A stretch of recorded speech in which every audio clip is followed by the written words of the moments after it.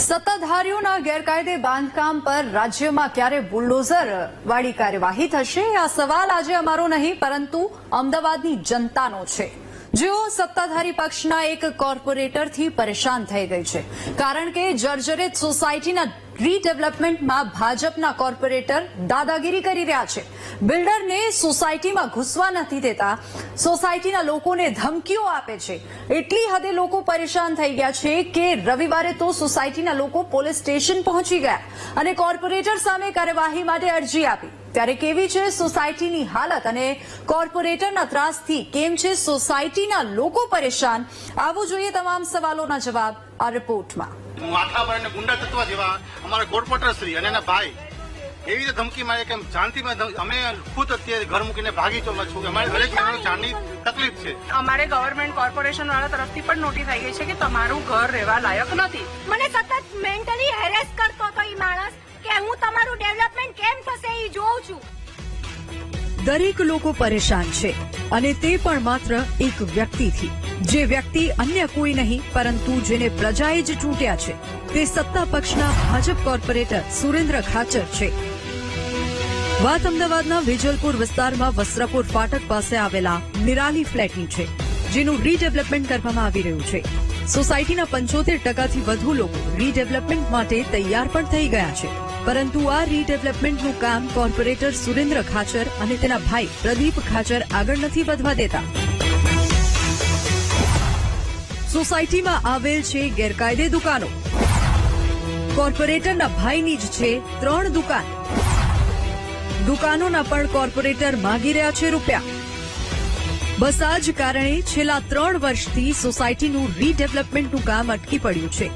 કોર્પોરેટરની દાદાગીરી એટલી વધી ગઈ છે કે સોસાયટીના લોકોને મારવાની ધમકીઓ આપે છે. અંતે કંટાળી લોકો આનંદનગર પોલીસ સ્ટેશન પહોંચ્યા હતા, પરંતુ અહીં પણ પોલીસે તેમની ફરિયાદ લેવાની જગ્યાએ અરજી જ લીધી. અંતે નારાજ લોકોએ વીટીવી ન્યૂઝ સાથે વાત કરતા કોર્પોરેટરના ત્રાસ અંતે શું કહ્યું તમે ખુદ સાંભળો. સુરેન્દ્રભાઈ ખાચર C1 માં રહે છે, હું C4 માં રહું છું.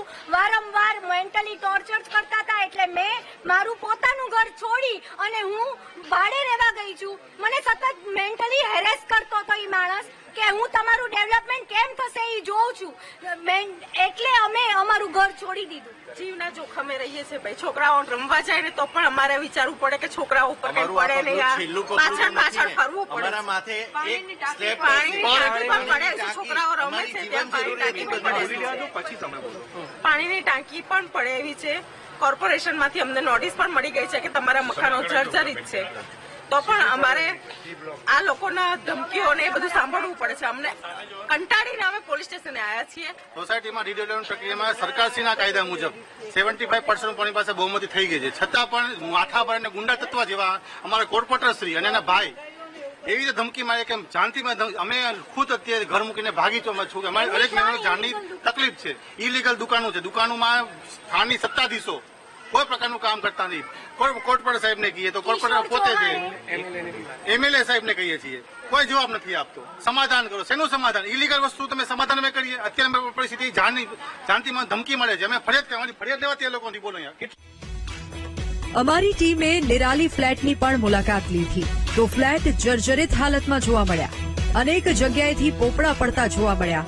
આવી હાલતમાં ગમે ત્યારે દુર્ઘટના પણ ઘટી શકે છે, છતાં લોકો કોર્પોરેટરના ત્રાસના કારણે અહીં રહેવા માટે મજબૂર બન્યા છે અને તેમનું ઘર રીડેવલપમેન્ટમાં નથી જઈ શકતું.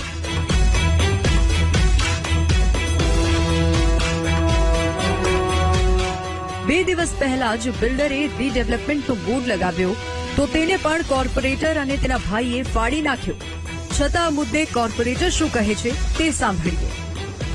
અત્યારે જે લોકો મારા વિશે મીડિયાની અંદર ખોટી બ્રીફ કરી રહ્યા છે, હું આખા રીડેવલપમેન્ટની અંદર કોઈ સાથે જોડાયેલો નથી. કયા બિલ્ડર છે એની પણ મને ખબર નથી અને લોકો મારા વિરુદ્ધમાં છે. અત્યારે જે લોકો મીડિયા સમક્ષ આવ્યા છે એ સોસાયટીના બહેનો અને ઉશ્કેરીને અને આ લોકો લઈ ગયા છે. બિલ્ડર એની અંદર સામેલ છે અને બિલ્ડર ખોટી રીતે આ ગુમરાહ કરી રહ્યો છે આખા પિક્ચરને. અહીં રીડેવલપમેન્ટની વાત છે, ત્યાં વળતરની વાત જ ક્યાં આવી? પરંતુ આ ભાઈને તો ગેરકાયદે દુકાનોનું વળતર જોઈએ છે. દુકાનો અંગે પૂછવા પર મૌન સેવી લીધું, ત્યારે સવાલ એ થાય છે કે કોર્પોરેટર કોના પાવરથી આખી સોસાયટીને ધમકાવે છે? શું સત્તા પક્ષનો નેતા હોવાનો પાવર લઈને કોર્પોરેટર ફરે છે? આવા જનસેવક સામે સત્તાધારી પક્ષ લેશે કોઈ કડક પગલાં? કોર્પોરેટરની ગેરકાયદે દુકાનો પર ક્યારે ફરશે બુલડોઝર? લોકોને ક્યારે આ કોર્પોરેટરના ત્રાસમાંથી મુક્તિ મળશે? હાલ તો સવાલ અનેક છે, પરંતુ અહીં મુદ્દો ન્યાયનો છે. લોકોને જે પરેશાની થઈ રહી છે તેનો છે. ત્યારે જોવાનું એ રહેશે કે કોર્પોરેટરની દાદાગીરી સામે ક્યારે કડક પગલાં ભરવામાં આવે છે અને ક્યારે લોકોના જર્જરિત ઘરોનું રીડેવલપમેન્ટ થાય છે. કેમેરામેન દશરથ ઠાકોર સાથે દીપક સોલંકી, વીટીવી ન્યૂઝ, અમદાવાદ.